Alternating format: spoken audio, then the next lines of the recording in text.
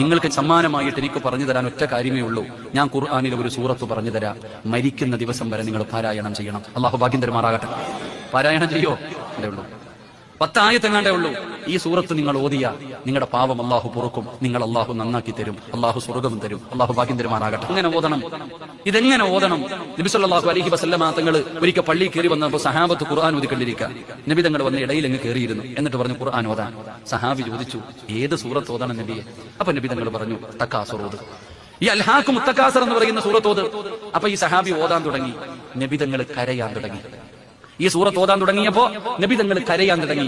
അള്ളാന്റെ റസൂല് ഓതി കഴിഞ്ഞപ്പോ ചോദിച്ചു, നിങ്ങൾ ആരും എന്തേ കരയാത്തേന്ന് വെച്ചു. സഹാബത്തിനോട് ചോദിച്ചു, നിങ്ങൾ ആരും എന്താ കരയാത്തെ? ഞങ്ങൾക്ക് കരച്ചിൽ വന്നില്ല നബിയെ, ഞങ്ങൾക്ക് കരച്ചിൽ വന്നില്ല. എന്നാ ഒന്നുകൂടെ ഓതാൻ പറഞ്ഞു. രണ്ടാമത് മോദി നബി തങ്ങൾ കരഞ്ഞു. നബി തങ്ങൾ കരയുന്നത് കണ്ടപ്പോ ചില സഹാബത്ത് കരഞ്ഞു. അപ്പൊ നബി തങ്ങൾ ചോദിച്ചു, നിങ്ങൾ എന്തേ കരയാത്തെ? അപ്പൊ നബിതങ്ങൾ പറഞ്ഞു, സഹാബത്ത് പറഞ്ഞു, ഞങ്ങൾക്ക് കരച്ചിൽ വന്നില്ല. അപ്പൊ നബിതങ്ങൾ മൂന്നാമത് പറഞ്ഞു, ഈ സൂറത്ത് ഓതുന്ന സമയത്ത് കരയണം. കരച്ചിൽ വരുന്നില്ലെങ്കിൽ അഭിനയിക്കണമെന്ന് നബി മുഹമ്മദ്